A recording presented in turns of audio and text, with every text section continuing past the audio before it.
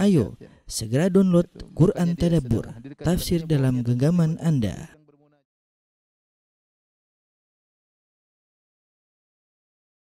Bismillahirrahmanirrahim. Assalamualaikum warahmatullahi wabarakatuh. Alhamdulillahi ala ihsanih wa syukru lahu ala taufiqihi wa amtinani wa asyhadu an la ilaha illallah wahdahu la syarika lahu ta'ziman li sya'nih wa asyhadu anna Muhammadan abduhu wa rasuluhu da'ila ridwanih. Allahumma salli alaihi wa ala alihi wa ashabihi ikhwanih. Para pemirsa yang dirahmati oleh Allah Subhanahu wa taala, kita lanjutkan bahasan kita dari Syarah Al-Aqidah Al-Wasithiyah karya Imam Ibn Taimiyah rahimahullahu taala. Dan kita masih membahas tentang hadis-hadis yang berkaitan tentang sifat-sifat Allah Subhanahu wa taala. Hadis berikutnya, hadis yang ke-11 ya. Hadis yang ke-12, Rasulullah sallallahu alaihi wasallam bersabda, "Afdhalul iman an ta'lama anna Allaha ma'aka haitsu ma kunt." Sebaik-baik iman adalah engkau mengetahui bahwasanya Allah bersama engkau dimanapun kau berada. Ya. Hadithun hasan, kata Syekh Islam Taimiyah, hadis ini hadis yang hasan. Ya, akhrajahu Tabrani min hadithi Ubadah bin Samit, diriwayatkan oleh Tabrani dari hadis Ubadah bin Samit, yaitu dalam Mu'jam Al-Awsat. Hadis ini hadis yang diperselisihkan oleh para ulama tentang kesahihannya. Sebagian ulama memandang hasan, sebagian ulama memandang dhaif ya. Syekh Islam Taimiyah dalam Al-Aqidah Wasithiyah memandang hadis ini adalah hadis yang hasan. Adapun sabda Nabi sallallahu alaihi wasallam, afdhalul iman, sebaik-baik iman. Ini menunjukkan bahwasanya iman bertingkat-tingkat ya. Sebagaimana kita ketahui cabang iman juga bertingkat-tingkat. Di antara iman yang paling afdal adalah engkau mengetahui anta alam annallaha ma'aka. Engkau tahu bahwasanya Allah bersama engkau haitsu ma kunt. Dimanapun kau berada ya. Dan kapanpun kau berada. Haitsu ma bisa artinya dimanapun dan bisa diartikan juga kapanpun. Haitsuma kunta, dimanapun dan kapanpun engkau berada ya. Hadis ini yang berkaitan dengan sifat adalah sifatul ma'iyah, yaitu Allah bersama makhluknya, dan sudah kita jelaskan bahwasanya ma'iyatullah terbagi menjadi dua, ada al-ma'iyah al-'ammah dan al-ma'iyah al-khassah. Ma'iyah yang umum yaitu Allah bersama makhluknya, seluruh makhluknya dengan ilmunya ya, dan itu seperti firman Allah Subhanahu wa taala, "Ma yakunu min najwa thalathatin illa huwa rabi'uhum wa la khamsatin illa huwa sadisuhum wa la adna min dhalik wa la aktsara illa huwa ma'ahum aina ma kanu thumma yunabbihum bima 'amilu yaumal qiyamah innallaha bikulli syai'in alim." Yaitu Allah mengatakan tidak ada 3 orang kecuali Allah yang berbisik-bisik, kecuali Allah yang keempatnya, tidak ada 5 orang yang berbisik-bisik kecuali Allah yang keenamnya, tidak ada yang lebih sedikit atau lebih banyak kecuali Allah bersama mereka dimanapun mereka berada. Ya, bersama dengan apa? Dengan ilmunya. Makanya di akhir ayat Allah mengatakan, "Innallaha bikulli syai'in alim." Sungguhnya Allah Maha mengetahui segala sesuatu. Ya. Ini namanya al-ma'iyah al-'ammah, ya, yaitu kebersamaan Allah yang umum. Yang kedua, al-ma'iyah al-khassah, yaitu kebersamaan khusus yang sering Allah sebutkan, misalnya innallaha ma'al ladzina taqaw wal ladzina hum muhsinun. Sungguhnya Allah bersama orang-orang yang bertakwa dan bersama orang-orang yang berbuat ihsan, ya. Innallaha ma'as sabirin. Allah bersama orang-orang yang sabar. Allah bersama orang yang bertakwa. Ya, Allah bersama orang yang ihsan. Ya, ini Allah bersama di sini maksudnya kebersamaan khusus, kebersamaan yang melazimkan adanya pertolongan dari Allah Subhanahu wa taala. Ya, maka seorang hamba dia tidak akan keluar dari ma'iyah ammah. Allah selalu meliputi dia dengan ilmu Allah Subhanahu wa taala. Tetapi dia tidak selalu dalam ma'iyah al-khassah. Kebersamaan khusus yang di mana Allah akan menolong seorang hamba ya, seperti kata Nabi sallallahu alaihi wasallam kepada Abu Bakar, "La tahzan innallaha ma'ana." Jangan kau bersedih wahai Abu Bakar, sungguhnya Allah bersama kita, ketika Nabi ucapkan dalam goa. Jadi kita senantiasa selalu dalam ma'iyah al-'ammah karena Allah selalu meliputi kita dengan ilmunya, tetapi kita tidak selalu dalam ma'iyah khassah, tidak senantiasa dalam ma'iyah khassah. Kita dalam ma'iyah khassah kalau kita bertakwa kepada Allah Subhanahu wa taala. Saya mau kasih gambaran ya, jadi ma'iyatullah ini sudah pernah kita bahas ya, tapi ini sekedar menguatkan aja. Ada yang al-'ammah, umum, yaitu dengan ilmunya, dengan ilmu Allah. Ada yang al-khassah. Al-khassah ya khusus ya. Khusus yaitu diraih dengan ketakwaan. Ini yang tadi saya bilang, Allah berfirman, innallaha ma'al ladzina taqaw, Allah bersama orang yang bertakwa, Allah bersama orang yang ihsan, Allah bersama orang yang bersabar. Yang Nabi berkata, innallaha ma'ana, Allah bersama kita. Kita ya selalu di sini. Kita tidak pernah keluar dari ini, dari ma'iyah ammah. Allah senantiasa mengawasi kita. Ya. Tapi kita tidak selalu dalam ma'iyah ini, dalam ma'iyah khassah. Ya. Kenapa? Karena kita baru bisa dalam ma'iyah khassah,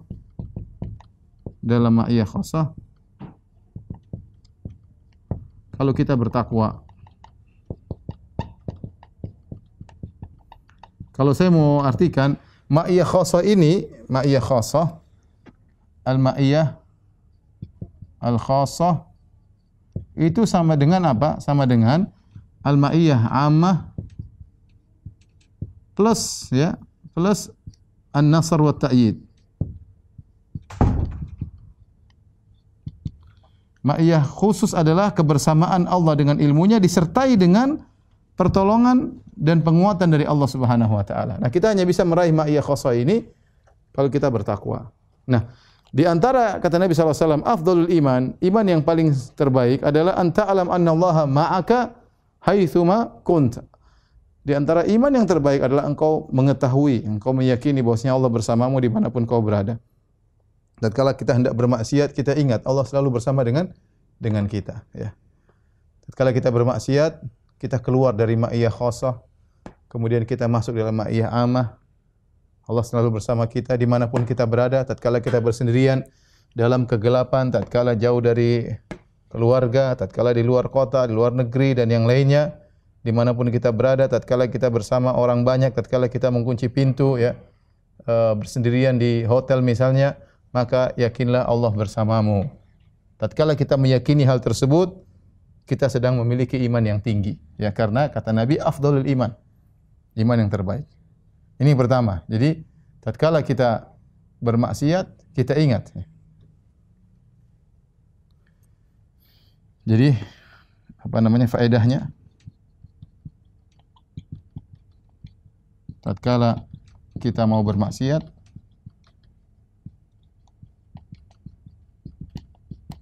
ingat, ya, ma'iyah ammah. Allah melihat kita, mengetahui kita, ya. Dan kita bisa keluar dari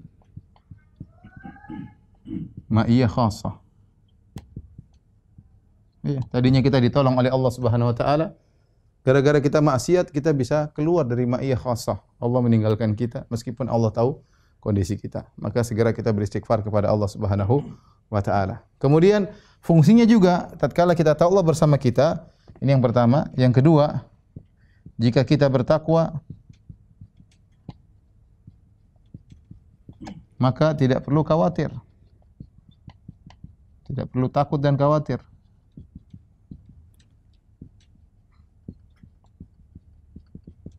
Karena apa? Karena ma'iyah khassah. Karena Allah bersama kita, bersama orang yang bertakwa. Ini fungsi penting kita untuk memiliki keyakinan ini. Jadi kalau kita bermaksiat, ingat Allah bersama kita. Kalau kita sedang bertakwa, kemudian kita diganggu, kemudian ada hal yang berbahaya, kita ingat Allah bersama kita agar kita menjadi tenang. Maka inilah kenapa dikatakan afdhalul iman yang terbaik, yaitu tatkala kita mengerti akan hal ini. Baik. Hadis berikutnya, hadis ke-13, kata Nabi sallallahu alaihi wasallam, "Idza qama ahadukum ila sholati fala yabsuqanna qibala wajhihi." Jika salah seorang dari kalian sedang berdiri untuk salat, maka janganlah sekali-sekali dia meludah ke arah wajahnya, ke arah depan, yaitu ke arah kiblat. Wala an yaminihi, dan jangan dia membuang ludah ke arah kanannya. Fa innallaha qibala wajhihi. Karena Allah di depan dia, kalau dia meludah ke depan enggak beradab. Walakin an yasarihi, akan tapi hendaknya dia membuang ludah ke arah kiri, au tahta qadamihi, atau dia membuang ludah ke arah bawah kakinya. Hadis muttafaqun alaih. Hadis riwayat Al-Imam Al-Bukhari dan Al-Imam Muslim, ya. Hadis ini, ya, menunjukkan tentang keutamaan seorang yang sedang salat. Ketika dia sedang salat, maka Allah bersama dia, ma'iyah khassah, dengan kebersamaan khusus, atau Allah sedang dekat dengan dia dengan suatu kedekatan. Maka janganlah dia meludah ke arah depan karena Allah sedang dekat dengan dia, ya. Ada kondisi khusus yaitu Allah dekat dengan dia. Dan tidak boleh meludah ke kanan. Dalam riwayat disebutkan fa inna an yaminihi malakan. Sebelah kanannya ada malaikat, ya. Tapi ludahlah ke sebelah kiri, ya. Atau ludah ke bawah kaki. Ada yang mengatakan kenapa ludah sebelah kiri boleh? Bukankah malaikat sebelah kiri juga? Ada yang mengatakan bisa jadi ini kondisi yang lebih ringan karena kanan lebih afdal daripada kiri, atau malaikat ketika seorang sedang salat, malaikat sedang di sebelah kanan, demikian bagaimana penafsiran sebagian ulama. Intinya kita disuruh meludah ke sebelah kiri. Ini dalil bahwasanya juga bahwa orang salat bisa meludah. Boleh meludah, ya. Kemudian juga ke sebelah kiri atau ke bawah kakinya. Kemudian kalau sudah meludah ke kakinya hendaknya ditutupi dengan tanah. Namun ini tentu berkaitan dengan zaman dahulu, di zaman Nabi sallallahu alaihi wasallam, yang di mana lantai masjid Nabi adalah tanah, bukan karpet, ya. Adapun kalau karpet tidak boleh kita ludah ke bawah, ya, tidak boleh karena tentu akan mengotori masjid. Atau misalnya dalam kondisi lantai yang berubin, tentu juga ini akan mengotori masjid. Maka yang bisa kita lakukan adalah dengan menggunakan kaos tangan atau menggunakan tisu, ya. Kita boleh meludah kemudian kita simpan tisu tersebut, ya. Sebagaimana disebut dalam hadis, boleh dibuang ludah ke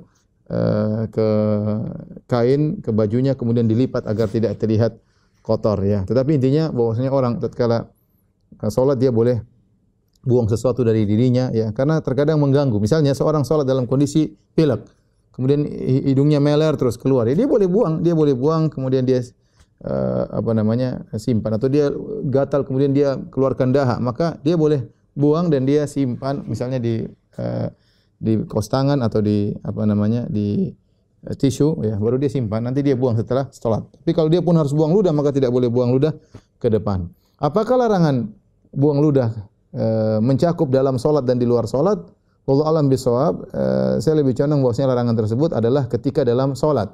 Adapun di luar salat kita buang ludah ke arah kiblat, maka tidak jadi masalah. Lebih baik kita jauhi, tetapi pendapat yang saya pilih, yang saya lebih condong kepadanya adalah bahwasanya membuang ludah dilarang ke arah kiblat kalau dalam kondisi salat. Kenapa? Karena Rasulullah sebutkan ilahnya, fa innallaha qibala wajhihi. Allah sedang menghadap wajahnya ketika itu. Jadi ada kedekatan khusus Allah kepadanya ketika dia sedang salat, maka tidak beradab Allah sedang menghadap wajahnya kemudian dia buang ludah ke arah Allah Subhanahu wa taala. Sebelah kanan tentunya ada malaikat tadi sebagaimana datang dalam riwayat.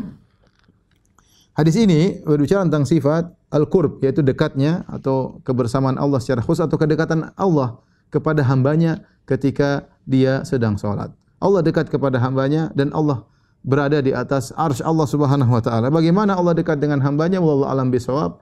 Kita terkadang bisa melihat, kita secara misalnya kita bicara tentang makhluk, ya, kita bilang seorang misalnya di sore hari dia menghadap ke arah matahari jauh tinggi dari dia, tapi dia matahari depan dia, bisa. Kalau kita bicara matahari demikian, ya, kita sedang berdiri depan kita menghadap misalnya sunset, kita lihat matahari depan kita. Padahal dia jauh, bukan dekat kita, jauh. Ya, jauh dan dia berada depan kita. Jadi mungkin kalau makhluk saja mungkin bisa demikian, apalagi Allah Subhanahu wa taala. Adapun bagaimananya kita tidak tahu, dan itu kaidah Ahlussunnah wal Jamaah. Cuma kita katakan Allah ketika seorang sedang salat, maka Allah fokus dekat dengan hamba tersebut. Makanya qibala wajhi, Allah berada di depan wajahnya, maka jangan dia buang ludah ke depan. Sudah kita beriman kepada Allah Subhanahu wa taala. Adapun bagaimananya serahkan kepada Allah Subhanahu wa taala. Dan para ulama juga mengatakan bahwasanya ini melazimkan, ya, tentang bahwasanya Allah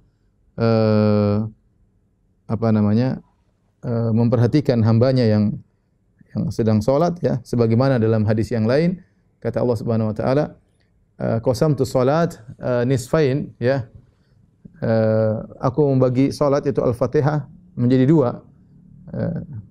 Setengah untukku, setengah untuk hambaku. Maka Allah berkata, wa idza qala 'abdi alhamdulillahi rabbil alamin. Jika hambaku berkata alhamdulillah rabbil alamin, maka aku berkata hamidani 'abdi, hambaku telah memujiku. Wa idza qala ar-rahmanir rahim, jika dia berkata ar-rahmanir rahim baca al-Fatihah, maka Allah berkata majjadani 'abdi, hambaku telah mengagungkan aku. Wa idza qala maliki yaumiddin, jika hambaku membaca maliki yaumiddin, Allah berkata asna alayya 'abdi wali abdi masa'al, sungguhnya hambaku telah menyanjungku. Berarti Allah punya perhatian khusus terhadap orang yang sedang salat. Sehingga Allah menjawab apa yang dia ucapkan. Makanya dalam hadis Nabi SAW mengatakan, inna ahadakum idza kana fi salat fa innahu yunaji rabbahu. Sungguhnya seorang ketika sedang salat dia sedang bermunajat. Bermunajat apa? Berbicara dengan berduaan secara dekat-dekatan, berbisik-bisik ya. Berarti Allah dekat dengan orang yang sedang salat. Bagaimana kita enggak tahu, tapi yang jelas Allah perhatian kepada dia secara khusus, dia sedang bermunajat dengan Allah dan Allah sedang berada di hadapan wajahnya, maka tidak layak kemudian ketika dia salat kemudian dia buang ludah ke depan. Dan ini menunjukkan adab seorang kalau sedang salat dia harus buang ludah, maka dia buang ludah ke bawah atau dia buang ludah ke kiri ya. Tapi kalau masjidnya adalah karpet atau lantai maka tidak boleh, dia cukup buang ludah ke, kalau terpaksa ke pakaiannya atau dia bawa tisu maka dia buang ludah ke tisu. Taib. Dan ini semua menjelaskan tentang sifat dekatnya Allah Subhanahu wa taala. Dan Ahlussunnah meyakini bahwasanya Allah bisa dekat dengan hambanya ya, meskipun Allah berada di atas arsy. Ya. Bagaimana? Wallahu a'lam bishawab, itu urusan Allah Subhanahu wa taala ya. Taib. Wa qauluhu ya. Kemudian hadis berikutnya hadis ke-14 yang menyebutkan beberapa sifat. Wa qauluhu sallallahu alaihi wasallam, yaitu sabda Nabi sallallahu alaihi wasallam, Allahumma rabbas samawati sab'i wal ardi wa rabbal arsyil azim, ya Allah penguasa atau pemilik langit yang 7 dan juga bumi, wa rabbal arsyil azim, pemilik arsy yang agung, rabbana wa rabb kulli syai'. Ini adalah doa Nabi sallallahu alaihi wasallam, Rabb kami dan Rabb segala sesuatu. Faliqal habbi wan nawa, yang membelah al-habbi wan nawa. Al-hab adalah biji-bijian yang berkaitan dengan seperti beras, kemudian gandum yang untuk jadi makanan pokok. Wan nawa yaitu biji berkaitan dengan pepohonan seperti biji mangga, kemudian biji korma, itu namanya nawa. Sama-sama biji tapi al-hab adalah biji yang dimakan, adapun nawa adalah biji yang merupakan sumber dari pepohonan atau buah-buahan. Munzilat Taurat wal Injil wal Quran, yang telah menurunkan Taurat dan Injil dan Al-Quran. A'udzubika min syarri nafsi, aku berlindung kepada engkau dari keburukan jiwaku. Wa min syarri kulli dabbatin anta akhidhun binasiyatiha, dan aku berlindung dari segala hewan, dari keburukan hewan melata yang engkau memegang ubun-ubunnya. Antal awwalu falaysa qablaka syai', engkau adalah maha awal, tidak ada sebelum engkau sesuatu pun. Wa antal akhiru falaysa ba'daka syai', dan engkau adalah yang maha terakhir, tidak ada sesuatu pun setelahmu. Wa antadz zahiru falaysa fawqaka syai', dan engkau adalah az-zahir, yang paling atas, tidak ada sesuatu pun yang berada di atasmu. Wa antal batinu, dan engkau yang paling batin, falaysa dunaka syai', tidak ada sesuatu pun yang tersembunyi darimu. Iqdi anni daina wa aghnini minal faqr, ya Allah lunaskanlah hutangku dan cukupkanlah aku agar aku terhindar dari kefakiran. Riwayat Muslim, hadis sahih riwayat Muslim. Ini hadis panjang ini doa penting bagi kita-kita yang punya hutang ya. Karena doa ini menjelaskan tentang bagaimana Nabi berdoa agar terhindar dari hutang. Karena di akhir doa Nabi berkata, "Iqdi anni daina." Ya Allah lunaskanlah hutangku, wa aghnini minal faqr, dan jauhkanlah aku atau cukupkanlah aku sehingga aku tidak fakir. Riwayat Muslim. Nah, ini dalil bahwasanya kata Syekh Utsaimin rahimahullah taala, ini dalil tentang agungnya perkara utang. Utang ini berbahaya. Ya, jangan kita gampangkan ya. Sehingga Nabi berdoa khusus agar terhindar dari hutang ya. Seorang tidak menggampangkan hutang kecuali ada keperluan, tidak jadi masalah. Nabi juga pernah berhutang, para sahabat juga pernah berhutang ya, dan itu adalah kemudahan dari Islam sampai Allah turunkan ayat tentang hutang piutang. Tetapi seorang jangan menggampangkan. Oleh karena Nabi SAW mengatakan la tukhifu anfusakum ba'da amniha. Jangan kalian membuat diri kalian terbelit dengan kekhawatiran karena hutang ya. Tadinya hidup nyaman, tentram ya, meski mungkin agak kekurangan ya. Ya, dan alhamdulillah cukup. Gara-gara pingin ini, pingin anu, sehingga banyak hutang, akhirnya jadi khawatir. Apalagi kalau sudah punya hutang banyak, kemudian musim seperti musim pandemi, tentu semakin kekhawatiran semakin menjadi-jadi. Apalagi kemudian berhutang dengan cara riba. Kemudian nonton televisi, ini disita, semakin jantungan, semakin gula, semakin tinggi dan yang lainnya. Maka seorang hidup dengan nyaman, kalau bisa tanpa hutang hidup dengan nyaman. Ustaz, tidak susah kita hidup tanpa hutang. Ya benar, saya tidak mengingkari hal tersebut, tapi hutang seperlunya. Kalau bisa tidak berhutang, maka itu yang terbaik. Oleh karenanya perkara hutang bukan perkara ringan ya. Ya makanya Nabi SAW datang dalam banyak hadis mengagungkan perkara hutang.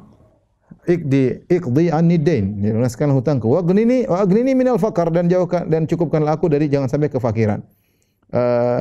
Sungguhnya kekayaan punya fitnah dan kefakiran juga punya fitnah ya. Kefakiran bisa mendatangkan fitnah. Betapa banyak orang karena kefakiran akhirnya terjerumus dalam kemaksiatan. Bahkan terjerumus dalam praktek perzinahan ya. Kenapa? Karena kefakiran. Lihat kisah tentang 3 orang yang masuk ke dalam goa. Yang kemudian ketika mereka ada hujan, terus mereka berada dalam goa, tiba-tiba ada batu jatuh menutup pintu goa. Akhirnya mereka berdoa. Masing-masing berdoa dengan doa yang mereka andalkan, yang ikhlas agar Allah membukakan batu yang menutup pintu goa tersebut agar mereka bisa keluar. Salah satunya berdoa, intinya, ya Allah, sungguhnya aku punya sepupu perempuan, wanita yang paling aku cintai. Tidak ada orang cinta kepada wanita seperti aku cinta kepada sepupuku ini. Dan aku senantiasa merayunya, namun tidak mau dia. Dia tidak mau, dia menjaga harga dirinya. Sampai suatu hari dia terkena kesulitan sehingga dia butuh uang. Ya, akhirnya dia karena miskin, enggak punya, dia pinjam uang kepada aku atau minta bantuan kepada aku. Maka saya persyaratkan, saya kasih kau bantuan dengan syarat kau menyerahkan kegadisanmu ya. Subhanallah, wanita ini nurut. Dia sebenarnya tidak mau, dia tidak suka kalau dirayu berulang-ulang, enggak mau, yang rayu orang kaya. Ya, dia tidak mau, tapi tatkala dalam kondisi tertentu dia sangat butuh dengan uang, akhirnya dia menyerahkan kegadisannya. Ya, harga dirinya harus dia gadaikan. Dia pasrah ketika sang laki hendak menggaulinya, tiba-tiba dia mengatakan ittaqillah wa la tafudhil khatam illa bihaqqihi. Bertakwalah kepada Allah. Jangan kau melakukan hubungan kecuali dengan haknya. Maka laki tersebut akhirnya sadar, dia ini pun meninggalkan emas yang telah dia berikan kepada wanita tersebut, kemudian dia pergi, dia tinggalkan karena Allah Subhanahu wa taala. Tapi intinya wanita itu hampir atau sudah pasrah menyerahkan diri untuk dizinai. Kenapa? Karena kefakiran. Oleh karenanya kita berlindung kepada Allah dari kefakiran ya. Kefakiran ini bisa menimbulkan fitnah ya. Rasulullah berdoa, Allahumma a'udzubika min fitnatil ghina wa min fitnatil faqr. Aku berlindung kepada Engkau dari fitnah kekayaan, fitnah kemiskinan. Betapa banyak orang terjerumus dalam pencurian, kemudian perampokan bahkan dan yang lain halnya gara-gara kefakiran. Intinya hadis ini sedang menjelaskan tentang sifat-sifat Allah. Kita syarah secara singkat. Nabi ketika berdoa, Nabi bertawasul dengan beberapa sifat-sifat Allah. Yang pertama, Allahumma rabbas samawati was sab'i wal ard. Ya Allah, penguasa langit yang 7 dan juga bumi. Wa rabbal arsyil azim, penguasa arsy yang agung. Jadi Nabi bertawasul dengan sifat rububiyah Allah. Rabbana wa rabb kulli syai'. Ya Rabb kami dan juga Rabb seluruh sesuatu. Kemudian Nabi bertawasul dengan sifat Allah faliqal habbi. Ya Allah yang faliqal habbi, yang membuka biji-bijian, ya beras, padi ya, yang kemudian kalau ditanam tumbuh ya. Siapa yang bisa menumbuhkan? Hanya Allah Subhanahu wa taala. Wan nawa, dan biji-bijian yang merupakan sumber dari buah-buahan atau pepohonan, siapa juga bisa menumbuhkan? Tidak ada yang bisa menumbuhkan kecuali Allah. Allah yang membuka dan sehingga menumbuhkan tunas dan yang lainnya. Munzilat Taurati wal Injil wal Quran, yang telah menurunkan Taurat dan Injil Al-Quran. A'udzubika min syarri nafsi, aku berlindung kepada Engkau dari keburukan jiwa. Hati-hati ikhwan. Keburukan bisa dari luar, eksternal, dan juga kita punya keburukan internal. Kita sering kita fokus pada keburukan orang lain. Kita lupa bahwasanya kita juga punya keburukan. Makanya di antara khutbatul hajah kalau Nabi berdakwah, Nabi membuka khutbahnya dengan mengatakan a'udzubika min syururi anfusina wa min sayyiati a'malina. Ya, dan kami berlindung dari keburukan jiwa-jiwa kami dan keburukan amalan-amalan kami. Ingat, yang bahaya adalah keburukan jiwa kita. Namun sering kita lalai, yang kita lihat adalah keburukan jiwa orang lain, keburukan amalan orang lain, sementara kita lalai dari keburukan jiwa. Penyakit yang ada dalam diri kita itu diantaranya min syarri nafsi, terutama an-nafsu al-ammaratu bisu, ya, jiwa yang menyeru pada keburukan. Kita berlindung dari keburukan jiwa. Wa min syarri kulli dabbatin anta akhidhun bi nasiyatiha, dan berlindung dari segala makhluk. Dabba artinya makhluk, binatang melata, semuanya ya, makhluk yang ada di atas muka bumi ini yang engkau memegang ubun-ubunnya. Artinya apa? Makhluk itu ada yang benar-benar murni buruk, seperti ular, seperti kalajengking, itu buruk bagi manusia.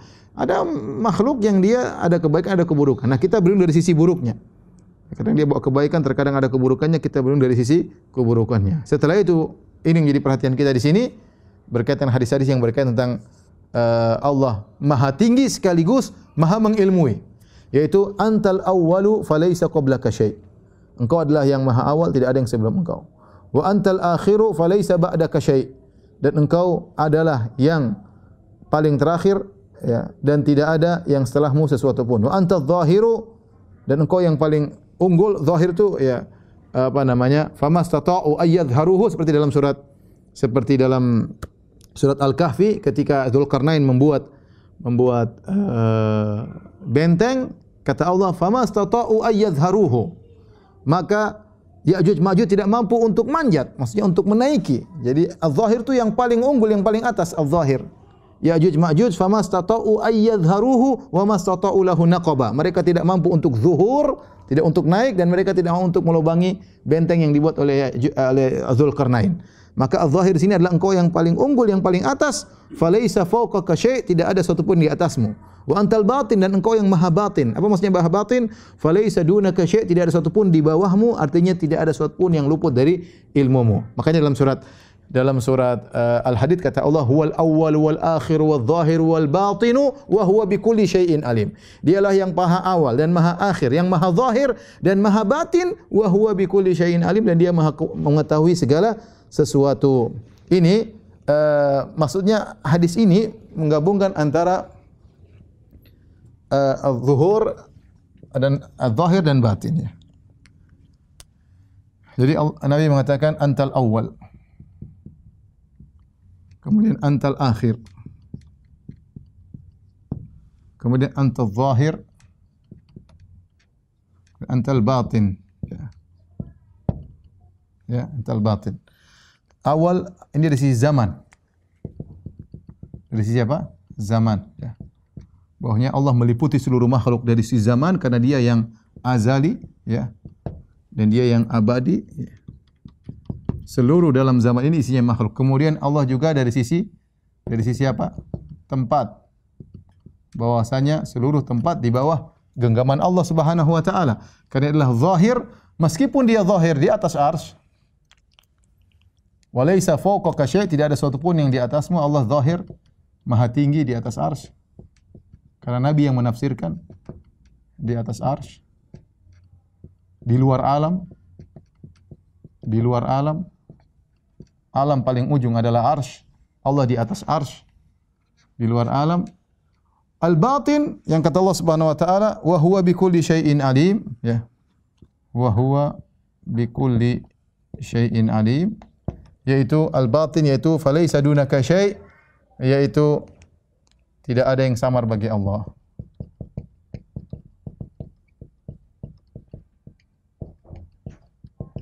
Maksudnya apa? Meskipun Allah di atas arsy, ya, sesuatu yang paling dalam di dalam dasar bumi pun Allah tahu, karena Dia adalah al-batin. Dia yang paling tidak ada yang samar bagi Allah Subhanahu wa taala. Ini maksudnya di mana dalam hadis ini menggabungkan antara zahir dengan al-batin, ya. Sama seperti amintum man fis samai ay yakhsifa bikumul arda. Apa kalian merasa aman dari zat yang ada di atas langit? Allah bisa membenamkan kalian dalam tanah, ya. Jadi Allah secara zat di luar makhluk, namun secara ilmu maka Allah tidak ada yang samar bagi Allah Subhanahu wa taala.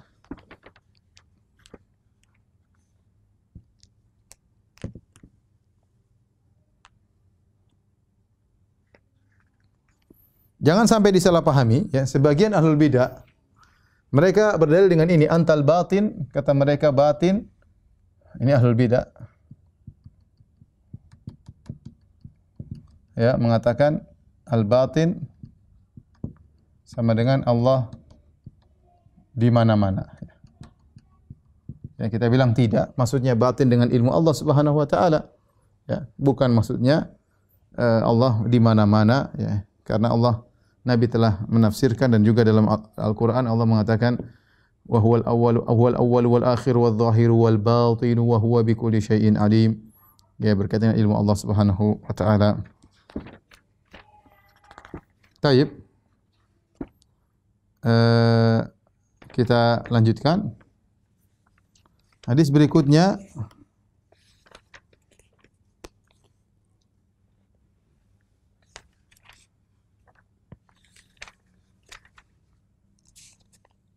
masih 2 hadis lagi ya.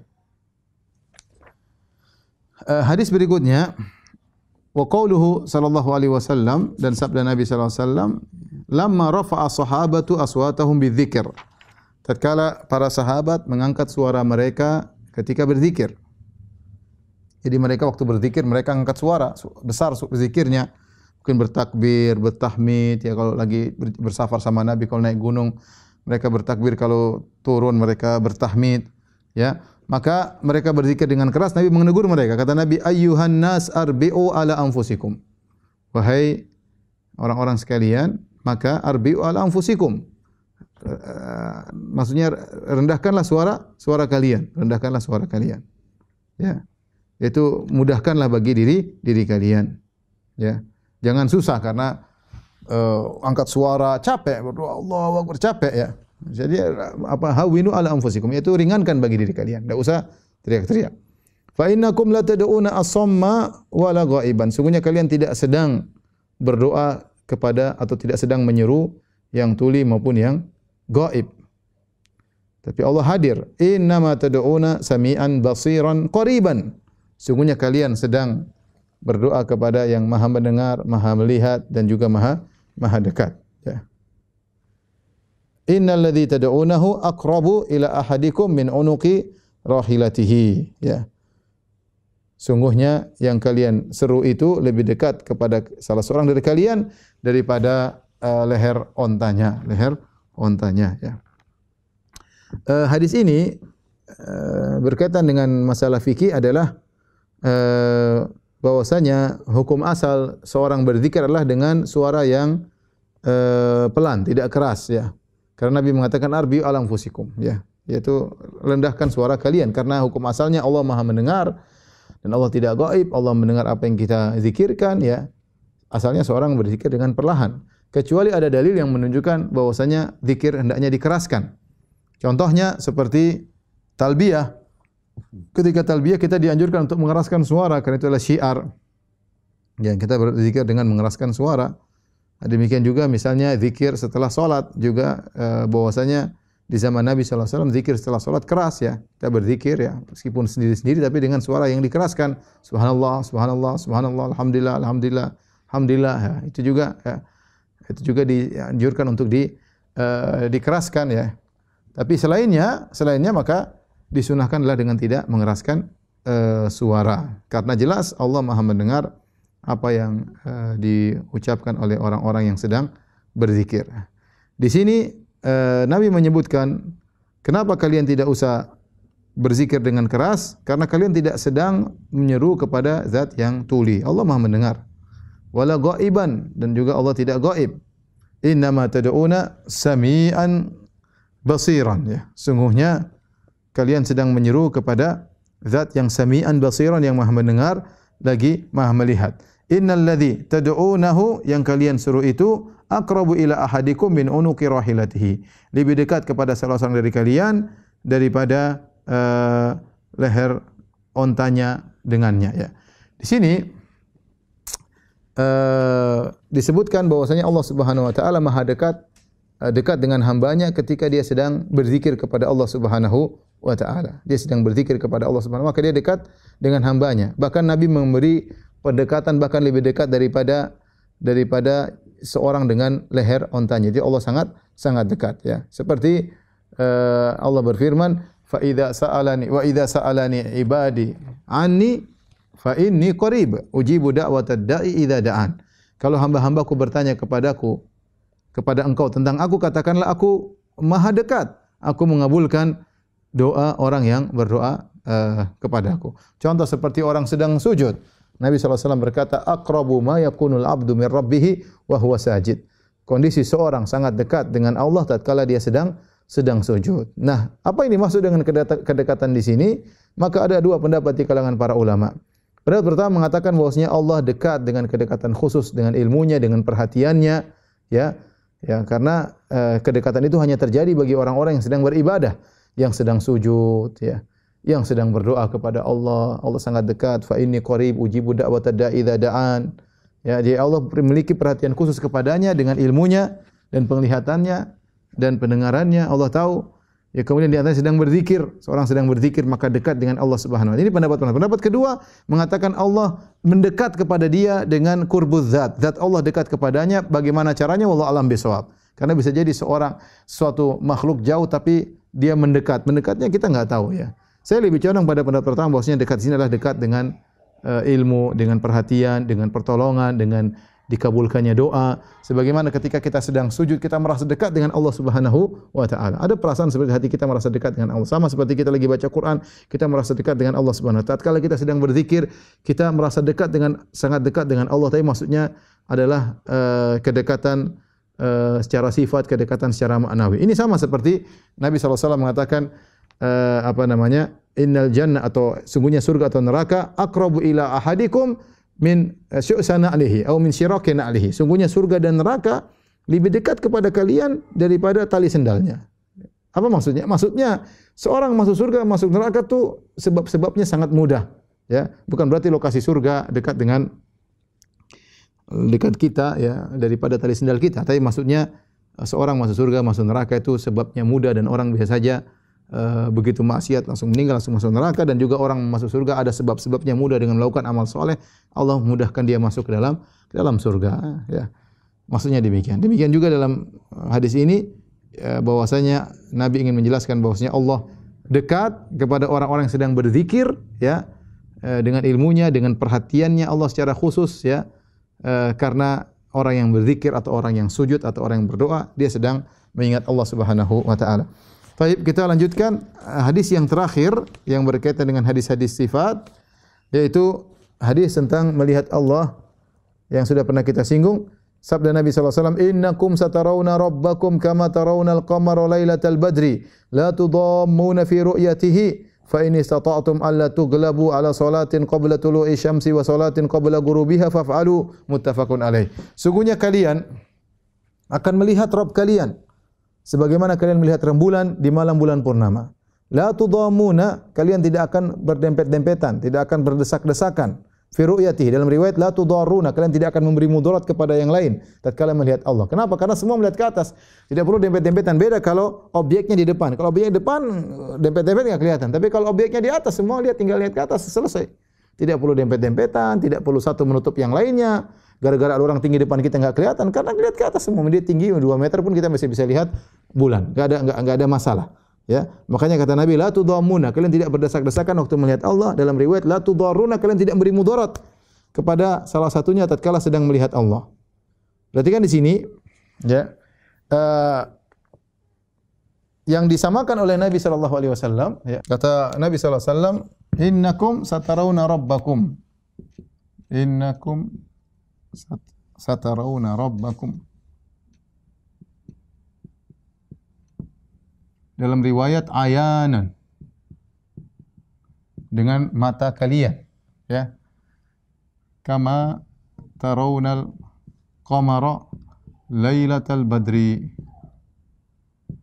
Baik. Sungguhnya kalian akan melihat Rabb kalian. Kalian akan melihat Rabb kalian, melihat Rabb kalian. Ayanan, sebagaimana kalian melihat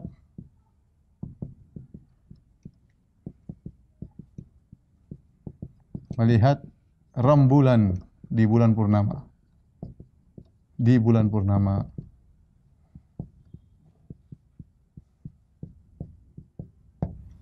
Baik, yang disamakan oleh Nabi di sini kama sebagaimana. Yang disamakan bukanlah objek dengan objek. Bukanlah al-mar'i bil mar'i dengan al mar'i. Objek dengan objek.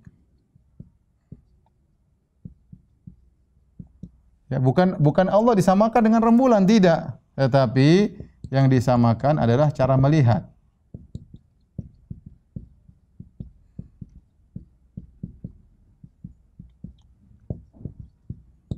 Makanya dikatakan sebagaimana kalian melihat. Nabi tidak mengatakan sungguhnya kalian akan melihat Rabb kalian, ya. Rabb kalian seperti rembulan. Enggak. Tapi Nabi mengatakan kama tarawna, sebagaimana kalian melihat. Jadi yang disamakan adalah cara melihat. Di sini tidak menunjukkan tasbih sama sekali, tapi cara melihat. Makanya setelah itu Nabi mengatakan la tudhamuna. La tudhamuna. Kalian tidak akan berdesak-desakan, atau la tudaruna. Kalian tidak saling memberi kemudaratan. Kenapa? Karena melihatnya ke atas. Ini dalil sangat jelas bahwasanya kita melihat Allah pada arah, ya, karena kalau kita melihat pasti suatu di arah depan mata kita, ya. Dan ini akidah Ahlussunnah wal Jamaah, sudah pernah kita bahas, ya. Kemudian setelah itu Nabi SAW mengatakan, fa in istata'tum alla tughlabu ala salatin qabla tulu'i syamsi. Kalau kalian mampu untuk tidak terluputkan dari salat sebelum terbit matahari, maksudnya dari salat subuh, wa salatin qabla qurubiha, dan jangan terluputkan dari salat asar sebelum terbenam matahari, faf'alu, maka lakukanlah. Perhatikan di sini Nabi SAW mengkaitkan tentang melihat Allah Subhanahu wa taala, dan itu kenikmatan yang sangat agung, bahkan inilah puncak kenikmatan pada hari kiamat kelak di surga, dengan kaitannya menjaga salat subuh dan menjaga salat asar. Jadi seorang kalau ingin, makanya Nabi setelah itu mengkaitkan, fa in istata'tum alla tughlabu, kalau kalian mampu untuk tidak terdominasi ketiduran salat subuh, ketiduran salat asar sebelum matahari terbit, sebelum matahari terbenam, maka lakukanlah. Seorang sesekali terlambat bangun, kemudian salat subuh jam 7 sesekali, itu terjadi. Nabi SAW juga ada yang mengatakan sekali, ada yang mengatakan 2 kali ketiduran. Ya, tapi bukan terus-terusan, ya. Sebagian orang ketika dia bangun jam 7 dia mengatakan, waduh saya ketiduran. Nabi juga pernah ketiduran. Ya, Nabi ketiduran cuma sekali 2 kali. Kamu tiap hari ketiduran, jam 7, jam 8 baru salat duha apa salat subuh. Tentu ini adalah tidak benar. Nah, kalau Anda ingin melihat, mendapat kenikmatan, anugerah yang luar biasa, melihat Allah pada hari kiamat kelak, adalah jagalah salat subuh, jagalah salat asar. Makanya kata Nabi SAW, man shallal bardaini dakhalal jannah. Barang siapa yang salat bardain itu 2 yang dingin, maka dia masuk surga. Kenapa disebut bardain? Karena salat subuh di waktu masih sejuk, ya, dingin. Orang dingin, orang pinginnya tidur. Kemudian salatul asar juga dingin, tatkala panas mulai hilang. Waktu salat asar orang terkadang istirahat, pulang kerja, pulang kantor, pinginnya tidur. Maka Nabi, barang siapa yang salat subuh dan salat asar, maka dia akan masuk surga, ya. Dan hadis-hadis tentang melihat Allah Subhanahu wa taala sebagaimana pernah kita sampaikan, hadisnya adalah mutawatir. Kita tidak bicara tentang ayat-ayat, hadis-hadisnya saja mutawatir. Sampai sebagian ulama mengatakan barang siapa menolak Allah bisa dilihat pada hari kiamat, kafir. Sebagian ulama mengatakan demikian. Kenapa? Karena hadisnya mutawatir, ayatnya jelas. Tidak bisa ditakwil sebagaimana pernah kita bahas, ya. Taib, kemudian Syekhul Islam Ibnu Taimiyah rahimahullah taala selesai menyebutkan hadis-hadis tentang sifat. Beliau berkata, ila amsali hadhil ahadits allati yukhbiru fiha Rasulullah SAW an rabbih bima yukhbiru bihi. Dan yang semisal hadis-hadis ini, maksudnya hadis tentang sifat bukan cuma ini aja, masih banyak, tapi sudah cukup. Ini contoh, ayat sudah banyak beliau sebutkan, kemudian beliau sebutkan tadi 16 hadis yang berkaitan dengan ayat-ayat sifat, ya. Kata beliau masih banyak hadis-hadis seperti ini, wa ila amsali hadhil ahadits yang allati yukhbiru fiha Rasulullah SAW an rabbih bima yukhbiru bihi. Yang di mana dalam hadis-hadis tersebut Nabi mengabarkan tentang Rabb-Nya dari apa yang Nabi kabarkan. Itu hadis-hadis sifat maksudnya. Fa innal firqatan najiyata ahlus sunnati wal jamaah yu'minuna bidzalik. Karena firqah an-najiyah, firqah yang selamat, sebagai sudah kita singgung, firqah selamat itu ahlus sunnah wal jamaah yang datang dalam hadis, sataftariqu hadhil ummah ala 73 firqah kulluha finnar ila wahidah. Akan umatku terpecah belah menjadi 73 golongan, semuanya di neraka kecuali satu, yaitu firqah najiyah, ahlus sunnah wal jamaah. Yu'minuna bidzalik, mereka beriman dengan hadis-hadis sifat ini. Sudah kita jelaskan bagaimana perkataan Abu Isa At-Tirmidzi dalam Jami' At-Tirmidzi, dia menyebutkan tatkala setelah menyebutkan hadis sifat, dia sebutkan inilah pendapatnya Ishaq bin Rahuya, Sufyan Ats-Tsauri, dan disebutkan ulama-ulama yang mereka beriman dengan hadis-hadis sifat, bukan seperti Jahmiyah yang mengingkari atau seperti Mu'tazilah yang menolak atau Asy'ariyah yang mentakwil-takwil ya. Maka Ahlussunnah wal Jamaah beriman dengan ini semua amirruha kama ja'at bila kaif. Mereka beriman dengan maknanya tanpa membagaimanakan. Hadis-hadis tentang sifat-sifat Allah Subhanahu wa taala. Kama yu'minuna bima akhbarallahu bihi fi kitabih. Mereka beriman kepada hadis-hadis sama seperti mereka beriman kepada Al-Qur'an. Al-Qur'an juga ayat sifat banyak. Ya. Min ghairi tahrifin wala ta'til, tanpa menyimpangkan maknanya, itu tanpa mentakwil, wala ta'til, dan tanpa menolak. Min ghairi takyifin wala tamtsil, tanpa mentakyif dan tanpa mentamtsil. Dan ini akidah Ahlussunnah sudah kita jelaskan di awal pengajian. Demikianlah akidah Ahlussunnah wal Jamaah. Mereka menetapkan sifat-sifat Allah tanpa mentahrif dan tanpa menta'til, tanpa mentakyif dan tanpa mentamtsil. Ini sudah pernah kita jelaskan. Jadi Ahlussunnah wal Jamaah tidak membedakan Al-Quran dan Sunnah sebagai sumber hukum. Saya ulangi. Beda seperti Ahlul Bidah, mereka hadis ahad mereka tolak. Mereka menerima hadis mutawatir. Ahlussunnah tidak. Al-Quran hadis sama-sama hujjah. Hadis mutawatir sama hadis ahad sama-sama hujjah. Dibutuhkan mutawatir dan ahad kalau terjadi pertentangan kontradiktif baru butuh perojihan. Itu pun kalau tidak bisa dikompromikan. Kalau bisa dikompromikan maka tidak perlu pentarjihan. Adapun dari sisi keimanan dan pengamalan maka tidak ada bedanya hadis mutawatir dan hadis ahad jika sama-sama sanadnya sahih, maka kita beriman meskipun dalam hadis-hadis sifat. Demikian para pemirsa yang dirahmati Allah Subhanahu wa taala. Insyaallah pada kesempatan berikut kita akan bahas tentang wasatiyah, sifat tengahnya Ahlussunnah wal Jamaah pada Jumat depan insyaallah taala. Wallahu alam bisawab.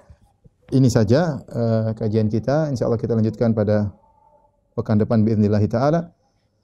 Subhanakallah bihamdik asyhadu an la ilaha illa anta astaghfiruka wa atubu ilaik. Assalamualaikum warahmatullahi wabarakatuh.